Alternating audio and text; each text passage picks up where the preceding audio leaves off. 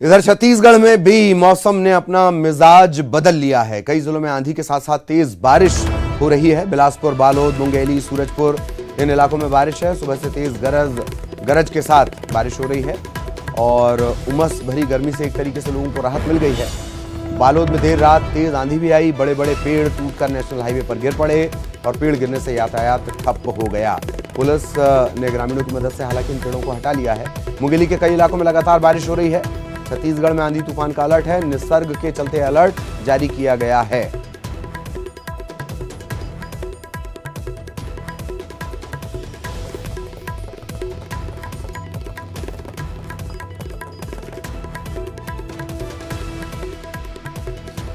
और किस तरीके का असर मध्य प्रदेश, छत्तीसगढ़ में अलग अलग जगहों पर है। हमारे सहयोगी हमारे साथ जुड़ चुके हैं। रंजना हमारे साथ भोपाल से जुड़ी हुई हैं, उनसे हम जानेंगे किस तरीके की व्यवस्थाएं की गई हैं, मौसम की क्या तब्दीलियां हैं। इसके अलावा अरुण आपको नजर आ रहे होंगे इंदौर से। ममता हमारी सहयोगी छत्तीसगढ़ रायपुर से जुड़ी हुई हैं। सबसे पहला सवाल रंजना आपसे, तमाम तरह की हिदायत दे दी गई है, आप छतरी में नजर आ रही हैं, बारिश का सिलसिला शुरू हो चुका है, हवाएं तेज हुई तो दिक्कत बढ़ेगी। रंजना। जी ललित, बिल्कुल मध्य प्रदेश में मौसम का मिजाज एक बार फिर बदला है और मध्य प्रदेश में हम निसर्ग का जो तूफान है उसका असर देखने को मिल रहा है और इसका असर कल देर शाम से ही नजर आया, जब तेज हवाओं के चलने के साथ बारिश का जो सिलसिला शुरू हुआ तो अब तक लगातार जारी है। और मौसम विभाग ने 3 से 4 दिन पहले ही निसर्ग तूफान के मध्य प्रदेश में असर को लेकर अलर्ट भी जारी किया था, जिसमें खास करके जो सबसे ज्यादा असर मध्य प्रदेश में इंदौर संभाग, उज्जैन संभाग में पड़ने वाला है और इसके साथ ही अब होशंगाबाद, ग्वालियर, सागर संभाग में भी निसर्ग तूफान का असर देखने को मिलेगा। यानी प्रदेश भर के जो सारे जिले हैं वहां पर हल्की हल्की बारिश तो होती रहेगी, लेकिन सबसे ज्यादा अगर कोई प्रभावित संभाग होने वाले हैं तो वो इंदौर संभाग और उज्जैन है। और यही वजह है कि यहां पर पहले से ही अलर्ट रहने के मौसम विभाग ने निर्देश भी दिए हैं और तमाम जो इंतजाम है उसको करने को लेकर भी एक तरह से एहतियात बरतने के निर्देश भी मौसम विभाग की तरफ से दिए गए। लेकिन ललित, जहां तक बारिश की बात कही जाए तो सीधी नरसिंहपुर और मंडला में 24 घंटे में सबसे ज्यादा बारिश दर्ज हुई, यानी 40 सेंटीमीटर बारिश वहां पर रिकॉर्ड की गई और तेज हवाओं और आंधी तूफान के चलने की भी आशंका, यानी थोड़ा बहुत नुकसान भी जरूर आंधी तूफान चलने से हो सकते हैं, यानी कहीं पेड़ गिर सकते हैं। तो ऐसे में लोगों को खुद अपनी सुरक्षा करनी है और यही वजह है कि कुछ जिलों में मौसम विभाग ने अलर्ट को लेकर लोगों से घरों से बाहर ना निकलने की भी अपील की है। अब लोगों को खुद, जो अभी कोरोना महामारी का दौर चल रहा है, दूसरी तरफ ये तूफान है, तो इस तरह के जो आफत अभी निसर्ग तूफान के जरिए मध्य प्रदेश में बनकर आ रही से अलर्ट रहने के लिए निर्देश भी दिए गए हैं, तो लोगों को खुद भी थोड़ा जागरूक रहना पड़ेगा। ललित, वाकई कोरोना का भी आपने जिक्र कर दिया, कोरोना के साथ साथ कुर्सी का भी एक जिक्र अपने आप में हो जाता है।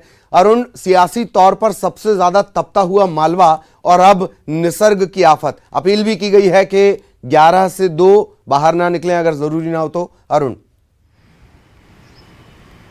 बिल्कुल, देखिए अगर इंदौर की बात की जाए, इंदौर का जो सीमा है वो गुजरात और महाराष्ट्र से लगती है और यही कारण है कि सबसे ज़्यादा असर इस इलाके में पड़ रहा है, क्योंकि बड़वानी और खरगोन के रास्ते निसर्ग अब इंदौर उज्जैन संभाग में प्रवेश कर गया, यानी मालवा निमाड़ में इसका सबसे ज़्यादा असर होने वाला है। अभी रात 1:30 बजे से यहाँ पर लगातार बारिश हो रही है और हम आपको बता दें कि मध्य प्रदेश के 18 जिलों में ऑरेंज अलर्ट घोषित कर दिया गया है। पहले 16 जिलों में था, अब इसको बढ़ाकर 18 जिलों में अलर्ट घोषित कर दिया है। मध्य प्रदेश के 34 शहरों में बारिश हो रही है रात से ही और लगातार तेज हवाएं चल रही हैं, करीब 40 से 50 किलोमीटर की रफ्तार से हवाएं चल रही हैं और ये अब 70 से 80 किलोमीटर तक इनकी बढ़ने की संभावना है। और जिस तरह से बारिश हो रही है, इंदौर में रात 1:30 बजे से अभी तक बारिश हो रही है। मालवा निमाड़ के सभी जिलों में सही है। अगर 70 से 80 तक का जिक्र आप कर रहे हैं, निसर्ग ने अपनी दिशा बदल ली है, 80 से ऊपर हुआ तो आफत पैदा कर देगा। ममता, क्या कुछ छत्तीसगढ़ से इनपुट है, किस तरीके की तस्वीरें सामने आ रही, बहुत शॉर्ट में ममता?